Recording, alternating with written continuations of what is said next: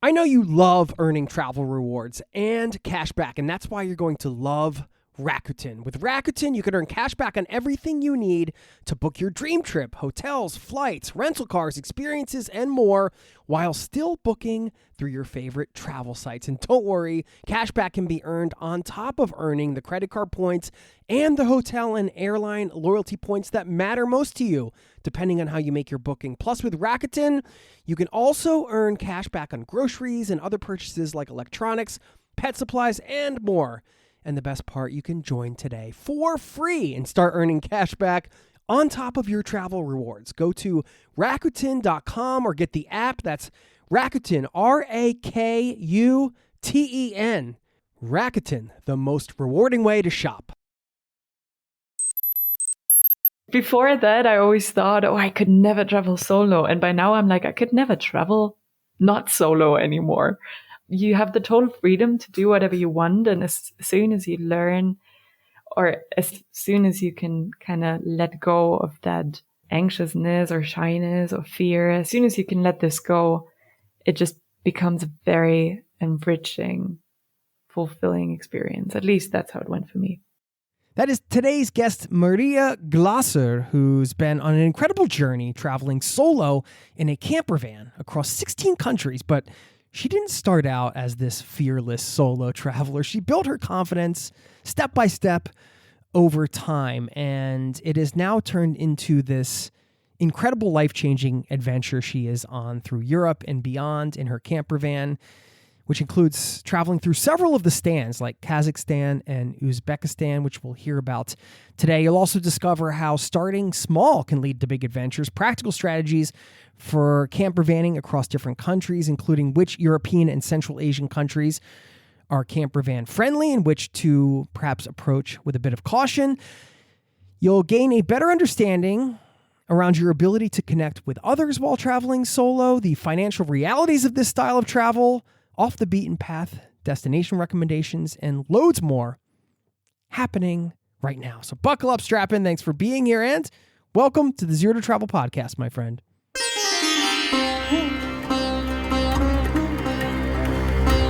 You're listening to the Zero to Travel podcast, where we explore exciting travel-based work, lifestyle, and business opportunities, helping you to achieve your wildest travel dreams. And now your host, world wanderer and travel junkie, Jason Moore. Hey, it's Jason here with ZeroToTravel.com. Welcome to the show, my friend. Thank you for being here, letting me bring a little travel into your ears today. This is the show to help you travel the world on your terms, to fill your life with as much travel as you desire, no matter what your situation or experience. And you're going to hear an incredible story today from Maria, our guest, who ended up actually adopting a dog in Armenia on this trip. I'm bringing that up because it's just an example of the hidden adventures, let's say, that are kind of lurking around the corners of your big adventure. You know, you don't know what's going to happen, where your life's going to go when you get out there on the road, who you're going to meet. One of the most exciting parts about travel, and I think just something to think about as we dive in as you're planning your own journeys. Sometimes it can be scary for different reasons to travel. Maybe it's financially, spending all the money and investing in the money to travel. Maybe it's the actual travel itself. Maybe it's your first solo trip or, first time to a new country or whatever. I think these travel anxieties and these travel fears can be pretty common amongst travelers. And I like to point that out just because it normalizes our feelings, right? We have to remember we all feel this way at certain points.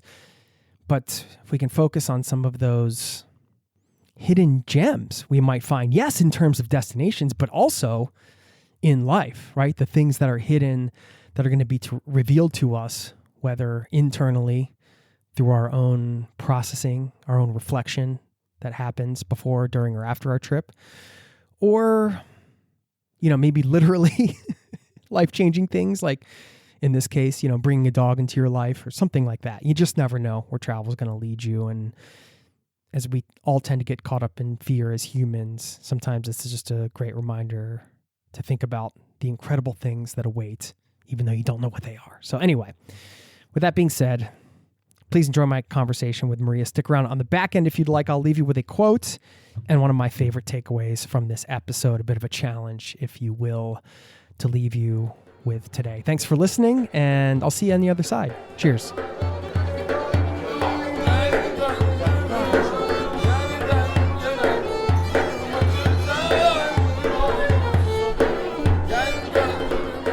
Maria Glaser, welcome to the Zero to Travel podcast, my friend. Thanks for being here.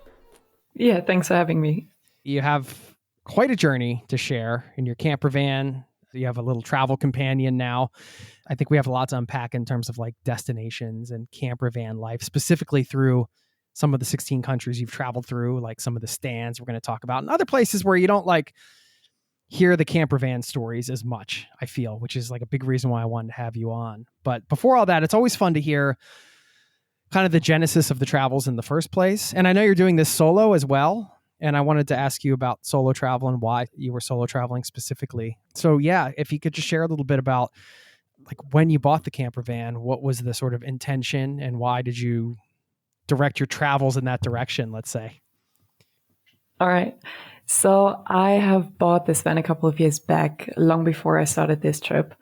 And it was kind of a COVID project because I had originally planned to go to the States with a friend of mine. Had a little travel budget for that. And then COVID came and obviously flying abroad was kind of getting more tricky. And I had always wanted to get a van eventually at some point. It was kind of my mom's dream as well. But she never got around to do it. Yes. She grew up in Eastern Germany and lived there for the better part of her life. So it wasn't really possible for her to get a car or to travel elsewhere than Hungary, I guess. Anyways, so it was her dream as well. And then I had this money and I kind of had the time and just started looking into vehicles. And then I just ended up buying a car, which felt insane at the time. I was 21. And it was just before my birthday. And I was like, well, it seems to be my birthday present for myself now. Yeah. And that's when I started converting. It was like an old construction car, so it was entirely empty. Yeah. And that's how it started. Okay. And by started, you mean, did you take that first vehicle and start like traveling around Germany and camping and going different places? Or did it literally start then where you were gearing up to take this big trip you're on now? Not yet. I didn't even consider at the time, to be honest. So I converted for a couple of months for the first time and then went to Southwest Europe. So I traveled like France, Spain, went to Italy for a couple of weeks in summer. I was still studying as well during that time. And after that, the summer after that, I went to the Balkans on a 6-week trip. And after that, I kind of realized, okay, I might want to go further. Yeah, kind of built the courage to actually do it. And then reconverted the car because a lot of things had to be improved to actually live in it. And then the year after, 1.5 years after I left, I think, after the Balkans trip. Yeah, I mean, this is actually great travel advice as we're just getting right into this because you mentioned building the confidence to do it. And I think that's like you didn't start off just, taking off into this solo 16 country journey. People can do that, but that's not necessarily for everybody. You kind of like built up to it, right? Like figure out the lifestyle, figure out where to sleep, what's safe, like what you like about having in a vehicle and not having through taking these small trips. I mean, I think that's so smart. I mean, I don't know if that was like, intentional. You're like, let me just test this out and see, and then I'm going to go bigger, or if it just kind of organically evolved. But it seems like that was a good way that like kind of matched your personality and comfort level. Would that be fair to say? Yeah, definitely. It did build organically. And even on this trip, it kind of built up. Like when I started the trip, I'm trying not to go too far ahead, but I set myself the goal to get to Mongolia by land.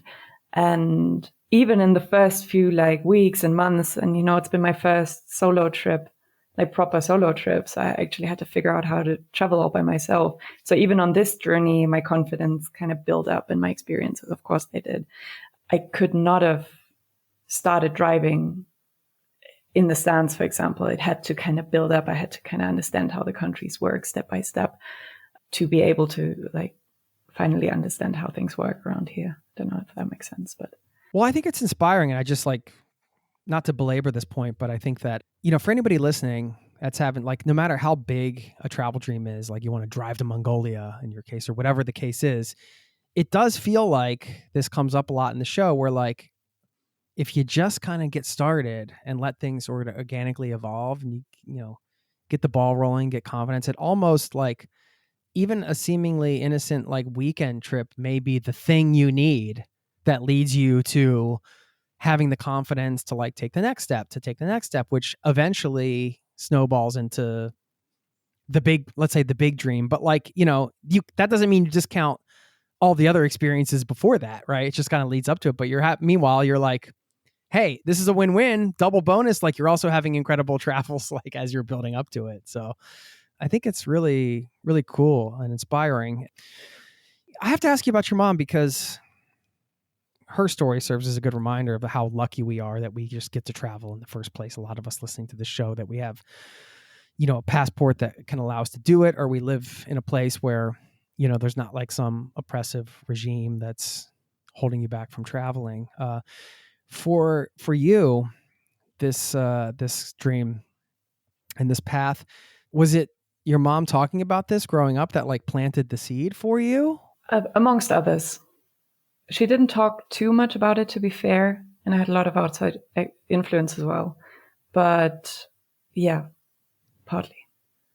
Yeah. Well, how does she feel about you doing this and seeing you? Have you been able to like take her along on any of these trips, or how has that been for you two? It's actually funny. That might be one of the most frequently asked questions to me. Like, how's your mom seeing you travel like this? She is obviously worried. Both of my parents are, or I guess my family in general, but she is pretty, I'd say she's probably pretty proud. And she visited me a couple of times. She's been to Turkey twice, came to Yerevan. She's even going to visit me here in Kazakhstan probably by the end of the year. So yeah, we actually got to travel a lot together, and it's nice to kind of show her the world that I experience, because she's lacking the courage so far to travel all alone. And I am kind of opening a few doors to her, I think. Also, like before this trip, I've lived abroad a couple of times, and she was always visiting me, like trying to figure out how the places work that I've been to and trying to understand my experiences. And it's pretty nice. It gets interesting in life when that switch goes from, you're a child and your parents are sort of like showing you the world and teaching you everything. And then you get to a point where you carve a path that might inspire them or push them out of their comfort zone. And now you're the one kind of leading the way. And that's always an interesting dynamic shift, Yeah, totally. What has that done for your relationship with your parents? I mean, obviously sharing memories with anyone kind of strengthens the relation you have. And it's probably the same with her. Like we had one pretty intense shared experience when she was visiting me in Turkey, because we got attacked by two shepherd dogs, these like big Kangals. And my mom got bitten in that accident. And that was quite insane. Like these dogs are huge. They're usually made to protect the shepherds against wolves. So they're like, that's definitely not fun. And apparently there are quite a few fatal incidents every year in Turkey with them, because they keep them to protect the shepherds and the herd. But at the same time, they don't really train them well most of the time. So they just roam free. They don't listen to recalls or whatever. And then they get really, really aggressive, because that's what the breed is made for. And yeah, she got bitten. I never thought that a dog bite could actually look like this. It was ridiculous. Like her whole, like it was on her upper thigh. And like her whole, like half of her leg was just swollen and turned black within a day. It was ridiculous. So yeah, and that's when we went to the hospital, of course. They kind of cleaned it, or well, at least they tried. The hospital wasn't the best. She got rabies vaccinations. And then for like a week, we had to check into the hospital every couple of days for like rabies shots. And that was crazy for both of us. We both had like nightmares for weeks following. But yeah, it was kind of still interesting to, maybe not interesting, but a bonding experience for sure, going through this whole process together. And especially abroad in like Turkey. Yeah, I mean, those kind of incidents, they'll certainly bring you together because you're united in that sort of shared experience, but also it can definitely, like, when you take off that things can happen, that's kind of part of the point, right? You're like putting yourself out there in a way. And I mean, if you listen to the show, we all know, it's generally good people out there and whatever, but like anything can happen. And something like this is a perfect example of course, anything can happen anywhere, in your hometown too. These are the kind of things that like can put you off from like furthering the adventure. It sounds like, I mean, your mom's still willing to come visit and, you're still out there on the road. So it sounds like you figured out kind of how to overcome the nightmares and the adversity. I'm sure it sticks with you, but yeah. Can you talk about that? Like, were there any issues with that? Like thinking about, oh, maybe I shouldn't be doing this or... Well, it did certainly change my behavior. So I believe the reason why we got attacked in the first place is because we were with my dog, and that probably triggered these shepherd dogs even more. So before the incident, I used to just, even by myself, just like stop in random places with a car, go for walks. But these random places are usually where you have encounters with like animal groups and shepherd dogs in particular. And I even had different like encounters before. And this one just like showed me how bad it can get. Like if I would have been by myself that day, that could have turned out pretty badly, for either me or the dog or both of us. So I kind of stopped doing that. And I just, as soon as I see other dogs, I just turn around, even stray dogs, I just turn around, go away, which is something we even did that day, actually. But yeah, I just got super cautious about that. And generally, that fear,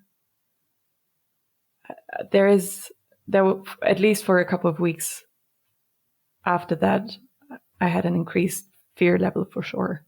Like I was much more nervous traveling solo, and I didn't consider to just stop traveling, but yeah, it did stick with me for a while. Still does. Yeah, sorry to hear that happen. I'm glad. Sounds like your mom's is okay. Her leg got better and everything. Yeah, so, yeah. By now she is. Yeah. Yeah, we're gonna ask you about your dog because that's sure a fun story, and you've got a dog with you, which changes the whole travel experience too. I do want to dig in a little bit more to the first journeys you took in Southwest Europe, you mentioned, and then to the Balkans afterwards, which, you could especially say like Southwest Europe, probably a more common place for travelers to go than where you are now, especially with vans and stuff like that. Maybe, I would say yes, at least at this point. Definitely. You're not seeing like a bunch of, hashtag van lifers around everywhere. I don't think Kazakhstan, but maybe it's growing. I don't know. You can tell me. Definitely a different type of van lifers. Like you have all these 4x4 kind of crazy overlanding people around here. And I would say in Europe, you have a lot of just like weekend travelers or that kind of traveler, I guess. We'll get back to the interview in just a moment. I know you love earning travel rewards and cash back, and that's why you're going to love Rakuten. With Rakuten, you can earn cash back on everything you need to book your dream trip, hotels, flights, rental cars, experiences, and more, while still booking through your favorite travel sites. And don't worry, cash back can be earned on top of earning the credit card points and the hotel and airline loyalty points that matter most to you, depending on how you make your booking. Plus, with Rakuten, you can also earn cash back on groceries and other purchases like electronics, pet supplies, and more. And the best part, you can join today for free and start earning cash back on top of your travel rewards. Go to Rakuten.com or get the app. That's Rakuten, Rakuten. Rakuten, the most rewarding way to shop. Now, back to the show.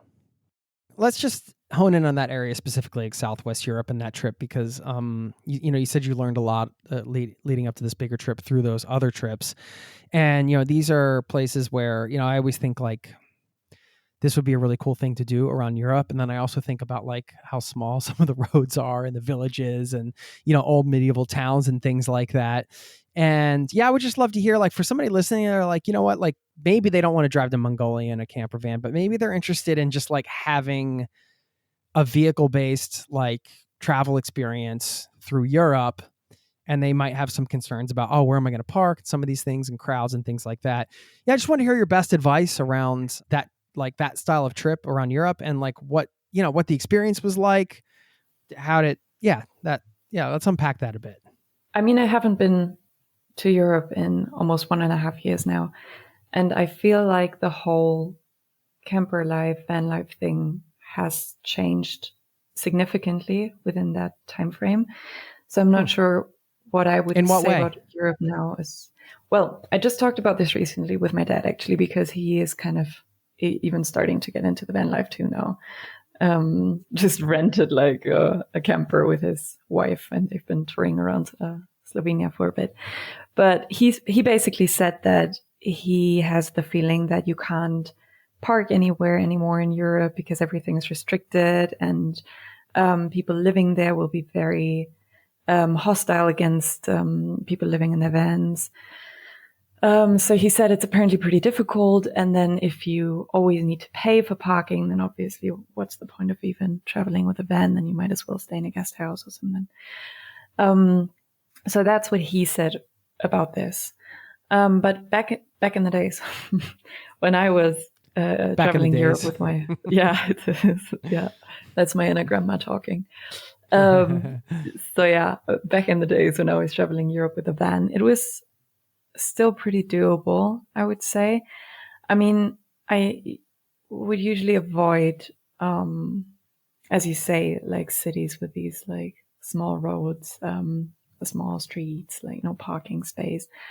I remember especially in like France and Spain and Italy, it was like going into the cities was crazy sometimes. And I have a small van, and I'm by now pretty good at parking. But as soon as you have like a bigger van or a higher van, then you might really struggle to get through. So I would probably recommend at least like parking on the outskirts or something. And then,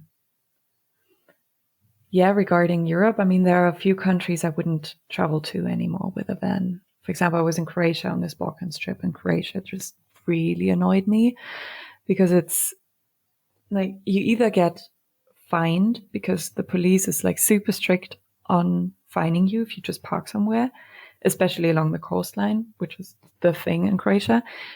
And if you want to avoid getting the fine, you can stay on like private properties, and they do have those a lot, but they're super expensive because they know that the fine is going to be more expensive. So you'd rather stay there. And then it's just been so crowded, so many tourists there. I really, really didn't enjoy my time. And you feel like every step you do, you just really feel like a tourist traveling there.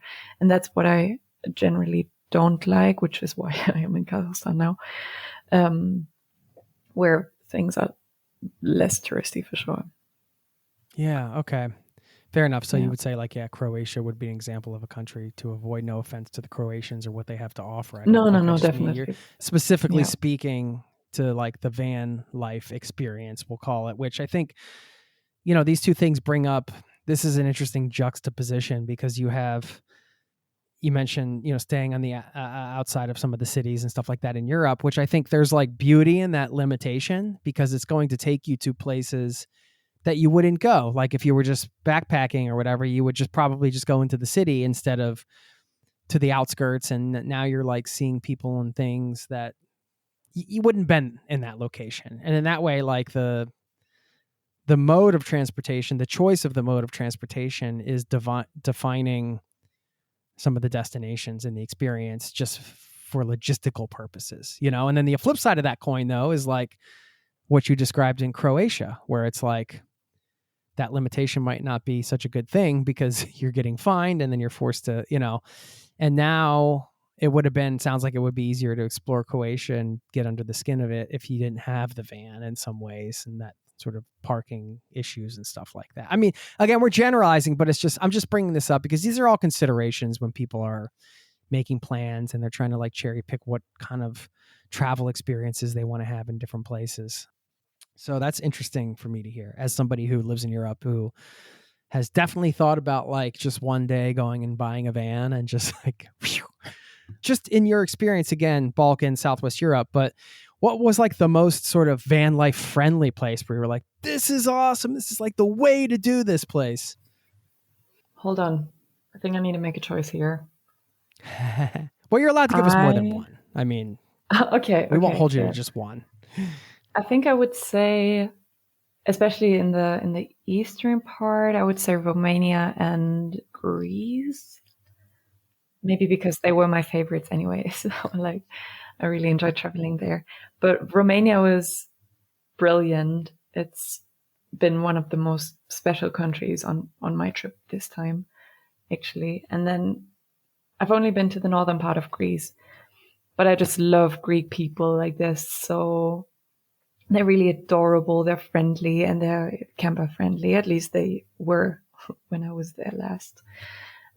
So yeah, and you can just, even at the beach, you can just stay anywhere, sleep anywhere, and it's been pretty chill. A little more lax with the rules and everything. Yeah, and then actually beyond that, if I can add that too. No, go ahead. Then beyond Europe, I would definitely recommend Turkey. Turkey is, because they have a huge community of campers as well. There are even people like full-time living in the van all year round, just like from Turkey, traveling Turkey all the time. And that one's they have a crazy community. Like for the first week, I think every day I stopped somewhere, I got like biscuits, I got nuts, I got some kind of food from the van, like the person in the van next to me. Which is, it's just adorable. I love this and you can literally park anywhere and no one will be bothered. If anything, they'll bring you food. Yeah, let's talk about that part of the van. Like, because you're in the van, you're sleeping in the van, you park next to other people. Like you said, you're kind of like, there's this community aspect to it, or everybody kind of recognizes, you know, you might not even be able to speak the same language, or I'm sure you just see each other on the road, or you might just like give a nod because you're like, yeah, I know, like we're kind of like doing this thing together. We know like what this is about, where you're one of me, you're one of, you know, we're like-minded in a way, you know, it's like it unites you in some ways. And so like for you, like, has the community around that been an important part of your travels, or is it more of like a side benefit? I would say it's a side benefit because it happens rarely that I meet people my age traveling in vans, to start with. You want to share how old you are? I do get along with me. I'm 25. And in my experience, it's usually like older couples traveling in vans, like maybe like 40, 50, even 50, 60 plus, like people retiring and then moving into the van. I do get along with them, but that's not it usually doesn't turn into a friendship, to say it that way. So I would say it's a side benefit, but I'm always happy for a chat with someone living in the van. It's always useful, always nice. Well, this comes back a little bit to the solo travel experience. Well, all right, couple questions. Give us some context here on this trip. Like, I know you want to drive to Mongolia, and you started in Germany, I'm guessing? I did, yes. Okay.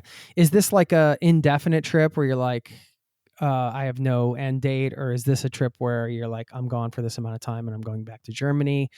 How far have you gone? And you mentioned through 16 countries, just to give us some context on this journey you're on now.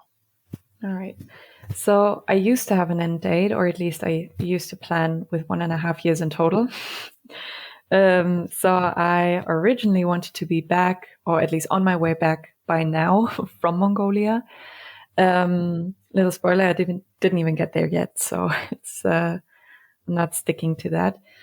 But by now, so my plan for now is, I'm in Kazakhstan now, drove more than 20,000 kilometers across 16 countries, did it all by land. And by next year, probably in spring, as soon as the weather is good enough and warm enough, I want to get into Mongolia, crossing either Russia again or China. And then I will probably spend the summer there for as long as I can, visa-wise, and then head back by this time next year and go back to Germany. Though I am not entirely sure yet if I'm actually going back or if I continue traveling from Mongolia. So that's yet to be decided. Okay. What an adventure. So this has all been solo. Well, now you have your dog with you. I guess you want to share how did you end up adopting a dog and why? Was it part of like the solo travel thing to just have companionship or yeah? That really wasn't planned. And I remember people saying like, usually solo female travelers always travel with a dog. And I used to think like, why? Well, and then I adopted my dog in the beginning of this year, found him on the 2nd of January on a road in Armenia. And there were a couple of things leading up to this decision because especially in the Caucasus area and like Georgia, Armenia, even the eastern part of Turkey, you have plenty of stray dogs. And I adore dogs. I always have. And it always broke my heart to see them and like cuddle them, buddy up with them, and then see them leave, knowing that they'll probably die within like at least a couple of years because they get run over by a car or starve or freeze or whatever. Yeah, and I did consider adopting a dog a couple of times, but I never felt like I was actually ready for it. So yeah, I was. And then at that time when I found my dog, I was on the road for 7 months. I kind of figured out my stuff, you know. I knew my routines. I knew how the traveling goes. I kind of knew how I work when I travel solo. And then I started to feel like I was actually ready to take the responsibility for another living being. And that was like a shift that I felt around like Christmas, New Year's. And yeah, and then I ran into that dog, and as I said, it really wasn't planned, but we kind of clicked, which it kind of sounds a bit weird, but that doesn't happen too often. Like, you know, I just saw that dog and I was like, oh, you seem really nice. And from my side, that happens more frequently. But then I also got the feeling from him that he didn't just stick with me for the bread that I gave him. Which he did love though. So yeah, I fed him a little bit and then I was like waiting. I was waiting for like 15, 20 minutes to see if he would run off. You know, sometimes they do have a place to live after all. They have like a gang of dogs that they stick with. And in those cases, I wouldn't want to adopt a dog because it kind of like, it might leave another group of dogs behind. So yeah, but he really wouldn't leave. And for days after, I didn't have a harness. I didn't have a leash for him, because there weren't any pet shops around in the area I was traveling. So he was always like off leash, just like walking with me. And he was, super attached very, very early on. And that's when I realized that he's a very gentle soul. I watched him very closely for a while because I was still keeping the option to give him to a shelter eventually if it wouldn't have worked out. But he's a very gentle soul. Like, yeah, he just wants to cuddle everything he finds. It's insane. So, yeah. That's a sweet story. Thanks for sharing. Yeah. You guys found each other. We did. It really did feel like this. What's your dog's name? I'm sorry. Vidi. All good. Vidi. Yeah, the fact that Vidi was following you around and staying with you despite being off leash and having total freedom to just go somewhere else and sticking around. It's like, all right, yeah, there's something here. That's cool. Talk about the solo travel experience. I mean, you have companionship now in the form of Vidi, but I would love to ask about this specifically, especially, you know, being a solo female. traveler because it's certainly something I can't speak to. I guess, what were your ideas of what that might be like before embarking on the journey, and what's sort of, did that match up with like sort of some of the reality, or like, how is it? Yeah. Just how has it been? I didn't really want this to be a solo trip in the beginning. I was really, until I left, trying to find someone who might join me or that I could bear for that long a time. But it just didn't happen. So, and I didn't want to be held back by that. So the curiosity just took over, and that's why I started solo. And in the first time, I had so many visitors from home, like friends, family, that for the first couple of months, I wasn't even alone. But I was always like with someone. And that eventually, even though it was a very nice time and I had a lot of good moments, but eventually it did stress me out a lot, because if you live in that smaller space with someone all the time, you just kind of need your time and your space at some point. That was one of my early on learnings. And then I was actually really looking forward to solo traveling, like really solo. And then it was the best thing ever. I like, before that, I always thought, I could never travel solo. And by now I'm like, I could never travel not solo anymore. You have the total freedom to do whatever you want. And as soon as you learn, or as soon as you can kind of let go of that kind of anxiousness or shyness or fear, as soon as you can let this go, it just becomes a very enriching, fulfilling experience. At least that's how it went for me. And I'm pretty glad that it turned out that way. Yeah. Beautiful. I've talked to a lot of solo travelers that have, through sort of whatever reason, became like accidental solo travelers in a way. I've talked to people that have sort of intentionally gone on the solo thing. I can't think of one person that has like had a bad thing to say about solo travel. And I know we talk about this topic a lot on the show, but I do think it's important because, like, at least for me, and I'm not sure how you feel, but the solo travel thing, probably the biggest thing it's done, one of the biggest things it's done for me, is just completely opening up the world, because after experiencing it and like getting into the joys of it, and like, even like the struggles which lead to growth and other positive things, I found the whole experience totally positive. Because when I started solo traveling, it was kind of the same. I thought I was going with a friend, and then it happenstance, it turned out different. But I'm so glad it did, because it felt like after you realize how it is nice to spend time with yourself and out in the world on your own, and then you never feel like restricted, like, I have to wait to take this trip because somebody's got to come with me, or like you just feel like you could do anything because that it's going to be enjoyable because you could just go. Yeah, totally. It's a lovely thing. Yeah. And you kind of, for me, I also along the way, I built the confidence in my maybe social abilities. I don't know, because even though I'm traveling solo, I'm barely alone if I don't want to be, because you get to meet people everywhere.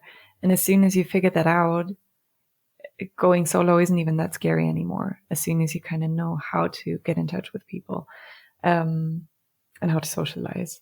There are so many ways to do that. I guess that's well, I mean, do you want to share some tips, like a two or three your best? Yeah, of course.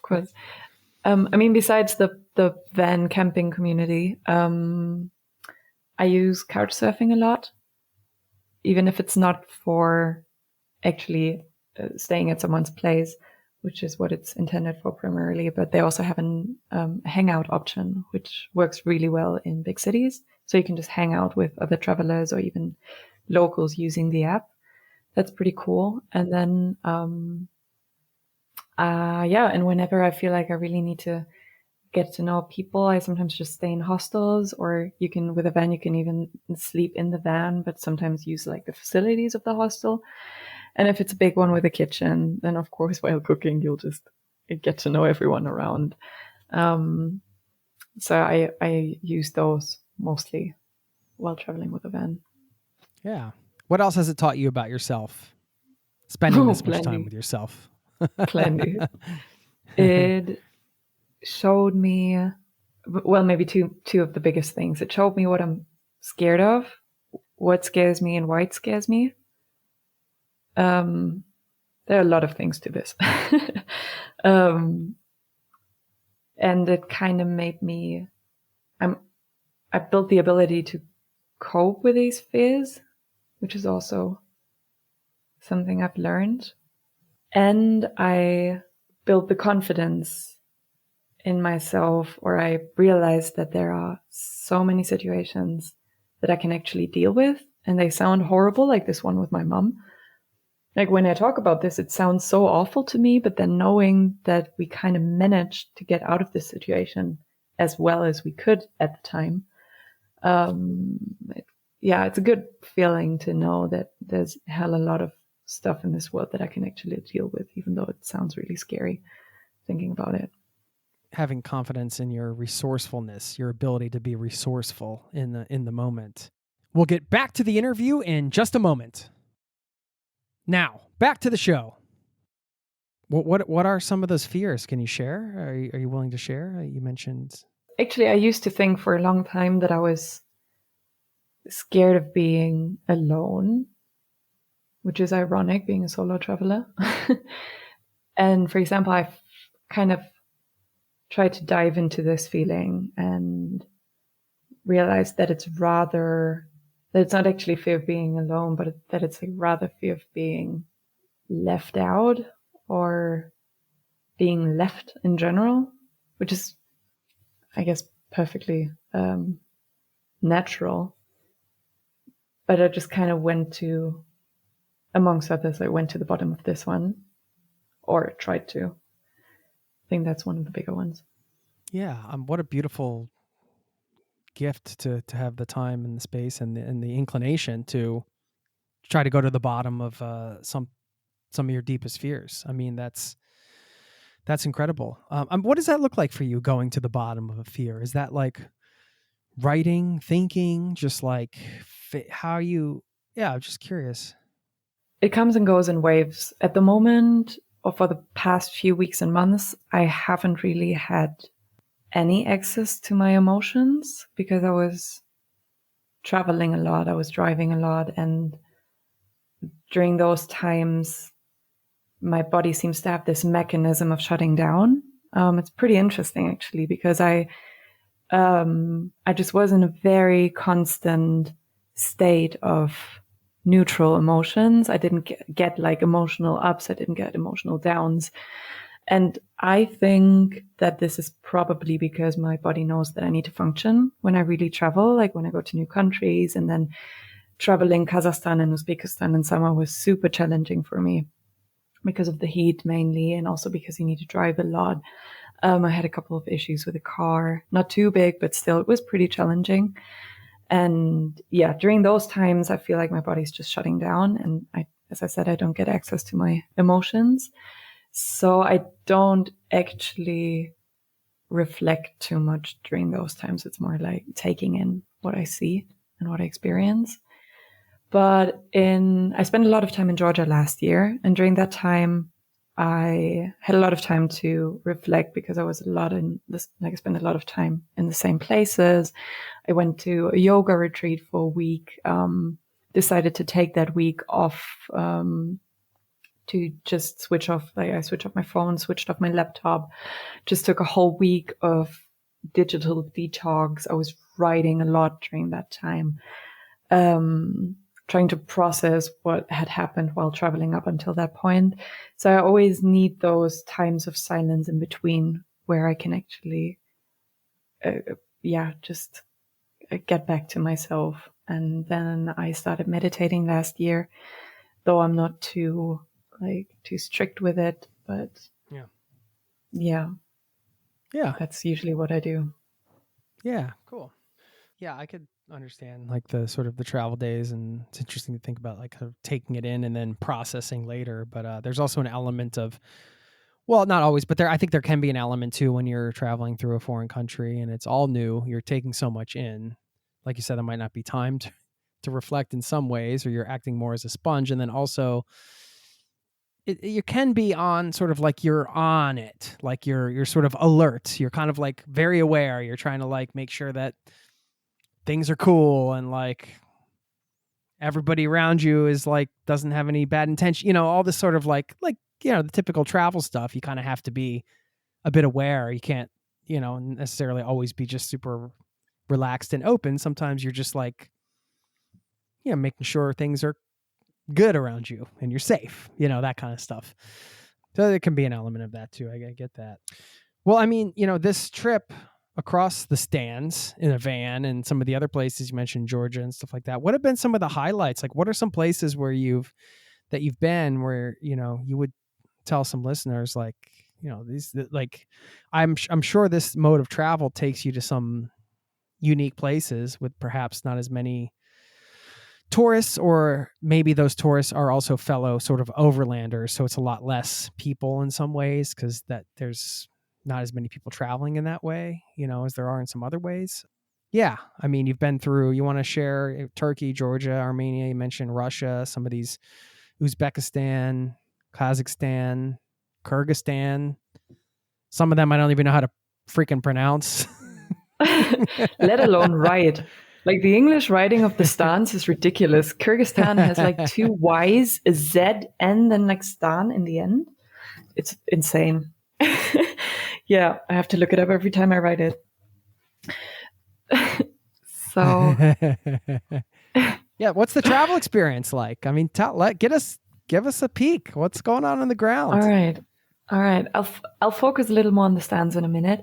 However, regarding like my highlights, I already mentioned Romania, which I loved, and Turkey for traveling with a camper. And Turkey's also, because it's so big and so diverse, it's my absolute recommendation for European travelers. Because it's so close also, like you can pretty quickly get there. And the people are lovely. So Turkey's high up on my list. And then because everyone's hyping Georgia. I don't know if this is just within my social bubble or if you have the same experience, but I feel like everyone's like, oh, I'm going to Georgia. And like, it seems to be such a big thing.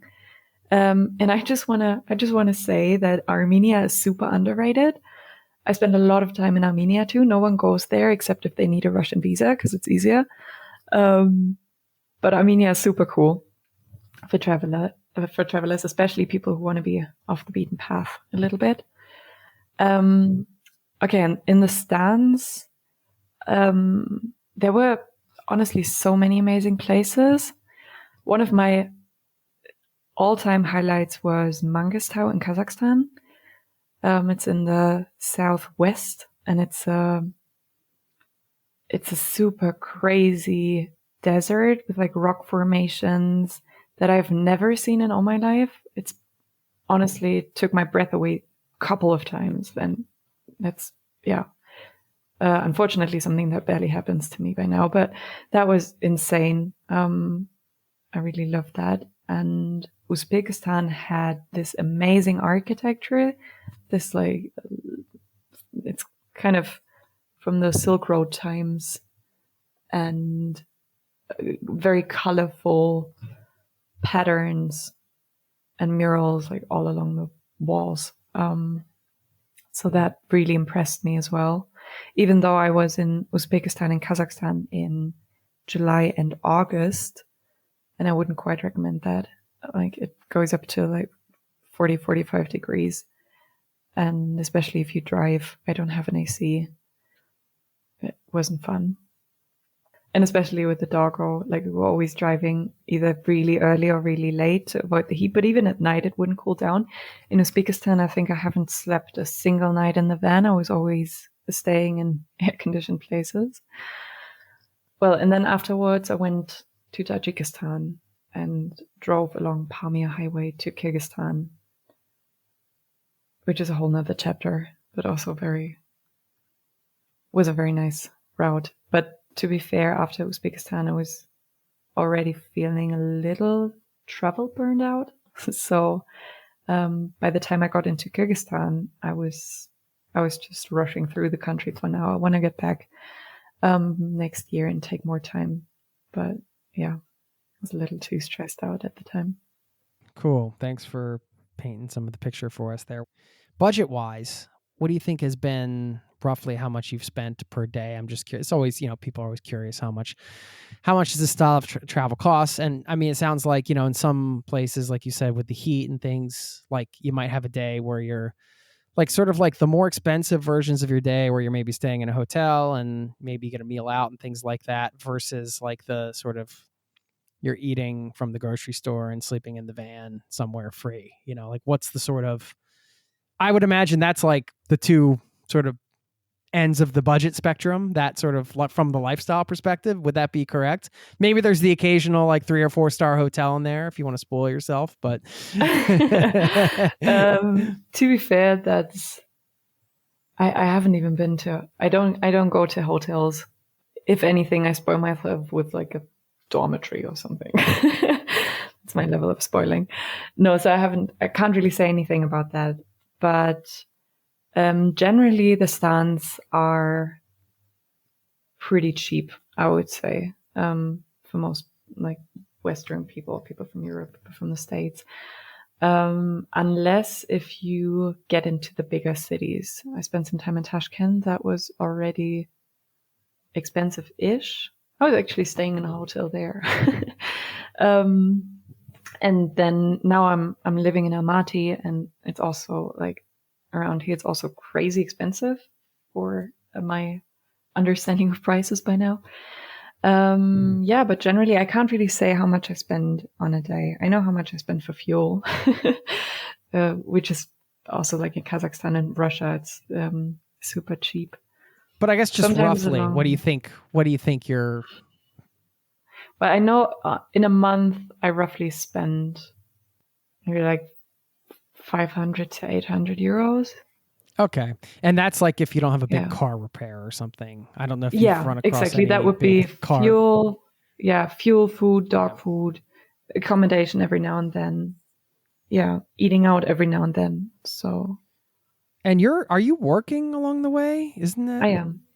Yeah, okay, because this is like a whole other element we haven't talked about, because these aren't the typical places where you think about the working, traveling thing, What are you doing? Is it like client work? How have you managed the work travel part of it? How's that been? And I guess, it would probably help to know what it is you do and how much responsibility. Is it like a 40 hours a week? Are you sort of like your own boss and you're freelancing?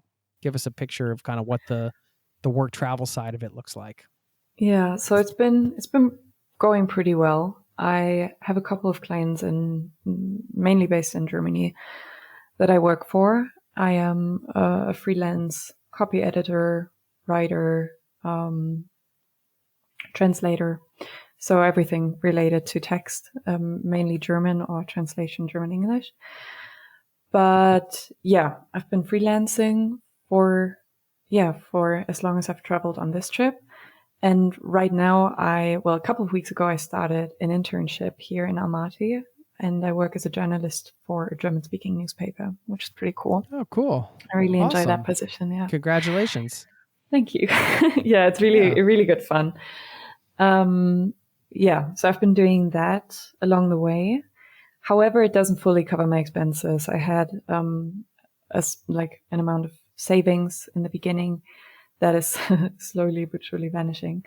So every month I kind of worked maybe 5 to 10 hours a week, and then took a little money off my savings. And then what I also like to do along the way is workaways. I don't know if you're familiar with the concept. Yeah. Workaway.info is the big one that I know of. Exactly. Yeah. So you basically, exactly. So you basically work in a place where you get food and accommodation for free.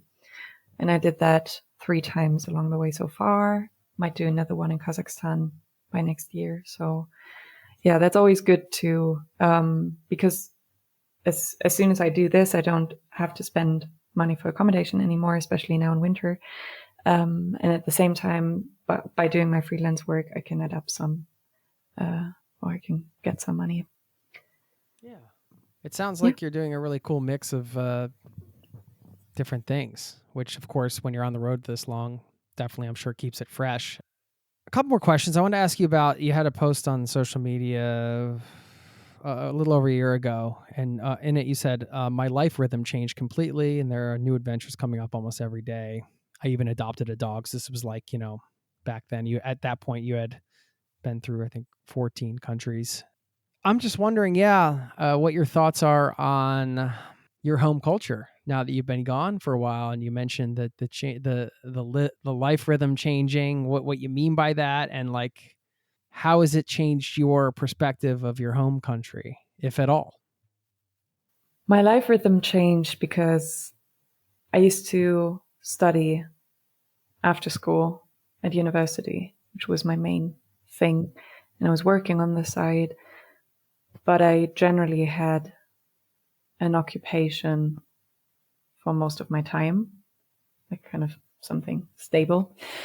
And I mean, now, even with those couple of hours of work every week, I start my days whenever, I eat whenever, I drive whenever, it's entirely unplanned, entirely free most of the time. So that's basically what that means. And most of my friends by now have graduated and they're working their 9-to-5s, which still is kind of typical in Germany. I mean, some people are trying to work less, have some more free time, do sabbaticals or try to travel, but usually it's this 9-to-5 culture. Well, that always seemed strange to me, to be fair, not just while traveling, even before. I always kind of thought that this is maybe not for me, or at least not what I would want right now, and not what I would want with a job that I don't enjoy. I do enjoy working, and I could imagine doing like my 40 hours a week, but then this would need to be something that I really, really enjoy and support what I would want to do. And regarding the culture, Germans are said to be very grumpy, probably, which is honestly, it seems to be true, or it's kind of slowly proving to be true. Because Germans are, whenever I hear news from friends or from family, and I ask them like, well, what's the vibe in Germany? Like, how's everything at home? And they're just like, everyone's in a bad mood. Like, even Germans are realizing this by now, that everyone's in a bad mood. They're saying like, oh, because apparently, I haven't been to Germany in 1.5 years either, but apparently prices rose and everyone's dissatisfied with politics and dissatisfied with whatever, dissatisfied with their lives. And I get it. But yeah, the Germans do seem to be pretty grumpy.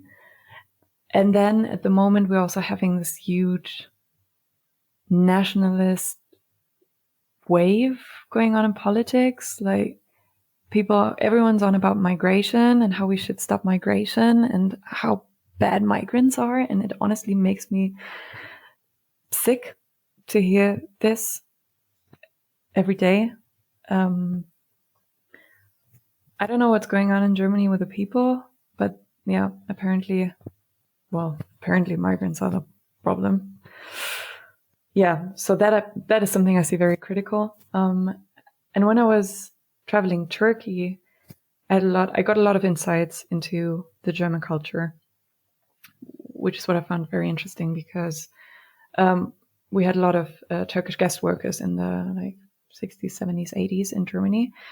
So the German state invited them to come to work, handed out visas, and they ended up staying for sure, built their families, and now we have very strong ties to Turkish culture within the German culture because of that. And when I was traveling Turkey, I was frequently approached by Turkish people seeing my German license plate or hearing me speak German, and they're like, "Oh, kommst du aus Deutschland?" So like they were speaking in German to me, saying that they've worked in Germany or they have relatives in Germany or whatever, and they got super friendly and super excited. They would invite me for food, tell me all about their experiences in Germany, and they had those like cheerful, loving eyes.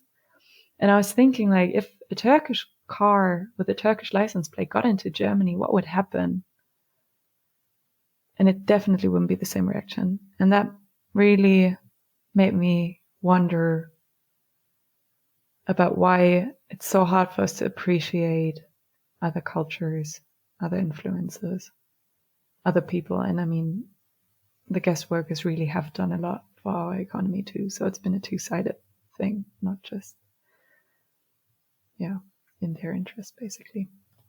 Anyways, so a couple of rambling thoughts about German culture. No, that's I appreciate you sharing your insights, and that's an interesting kind of perspective and a way to think about it. Is just like, here's what I'm experiencing, like as a traveler in this place. What would they experience if it was like the situation was reversed? And kind of the insights around that. I think it's fascinating. Do you want to share where people can follow along in your journey, learn more about your stuff, get in touch if they have any questions, if they want to go take a van through the stands or some of these other places that you've been?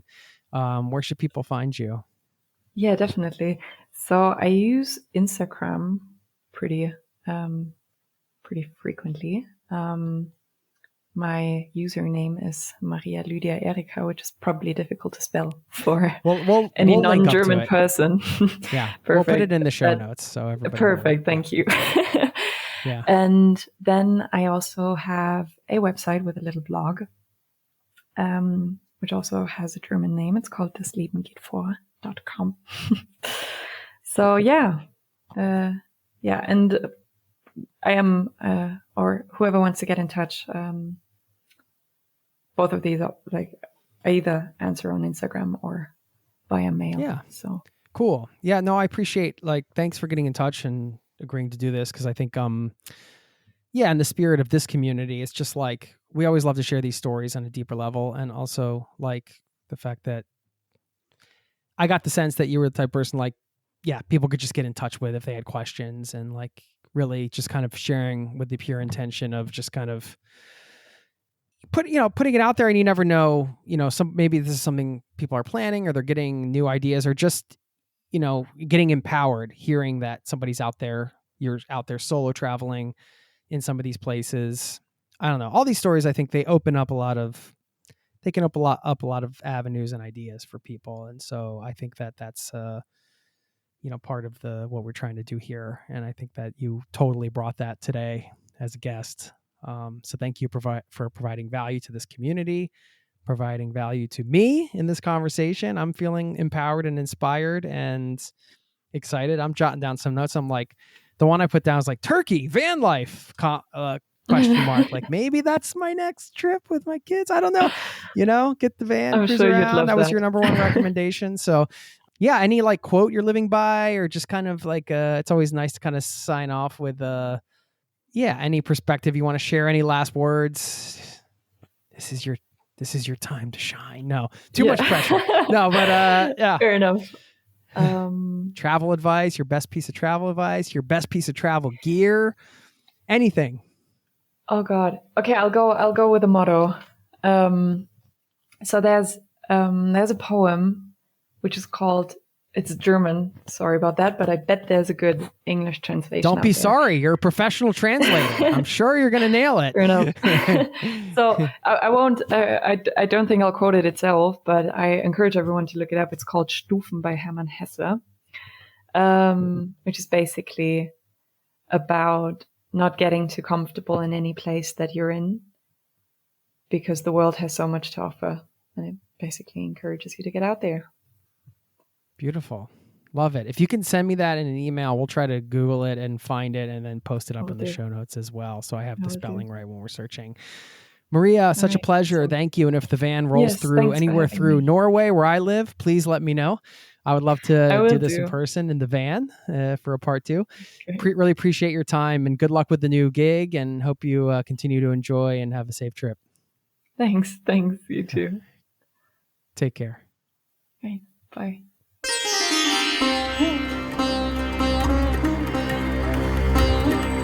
There you have it. I want to thank our guest, Maria Glaser, for coming on the show, and we'll link up to everything mentioned in the show notes. Are you ready to go campervanning through the stands or campervanning somewhere? I think it's a great lesson, a great reminder, her story, how she took the small trips and, built up to this bigger one. And I think, one way we could do that with this style of travel specifically, I've thought about doing this myself, is just renting a camper van or renting an RV and taking it for the weekend or just for a week somewhere and see how you like it. See if it's going to be something you fall in love with. It's going to be worth the expense and maintaining a vehicle, or if it's enough just to, do it as a rental situation every now and again, because we can live all these styles of travel and we don't have to own these things or invest in all of these things. We can just use the sharing economy. We can rent them ourselves. We can borrow them with friends. And I think it's fun to experiment with different styles of travel. So something I'm considering. And one takeaway I wanted to share before I leave you with this quote is just, again, that idea of solo travel. It's one of those things that can be intimidating, I know, but you just learn so much. You hear it time and again on this show. And, what really kickstarted my travels, my nomadic travels, and then ultimately just my life of travel was not just my work travels, but also my solo backpacking trip, my first solo backpacking trip through Europe. It was so transformative in so many ways. And, all the things that might put you off about it if you're somebody who hasn't done it or maybe wants to do it more extensively, you will get out there and tackle those things, whether it's, being uncomfortable going out for a meal by yourself or, sometimes just spending a lot of time with yourself for fear of getting lonely, all those things. Again, going back to what I said at the top, a lot of those things are just normal fears that all of us would have when we're embarking on a solo trip. But then, all these people, as you hear on this show and other places through your conversations and perhaps through your own experience, you go and then, perhaps some of those fears are founded, but also you get over them and you tackle them and you end up having a totally unique, incredible experience through solo travel. So just a little call to action as we close this one out to get out there and solo travel if you haven't done it in a while. Always a joy. Okay. Leave you with a quote from Sun Tzu, who said, "In the midst of chaos, there is also opportunity." Thanks for listening, and I'll see you next time. Peace and love to you and yours. Cheers. This podcast has been brought to you by zerototravel.com. Ideas and advice to make your travel dreams a reality.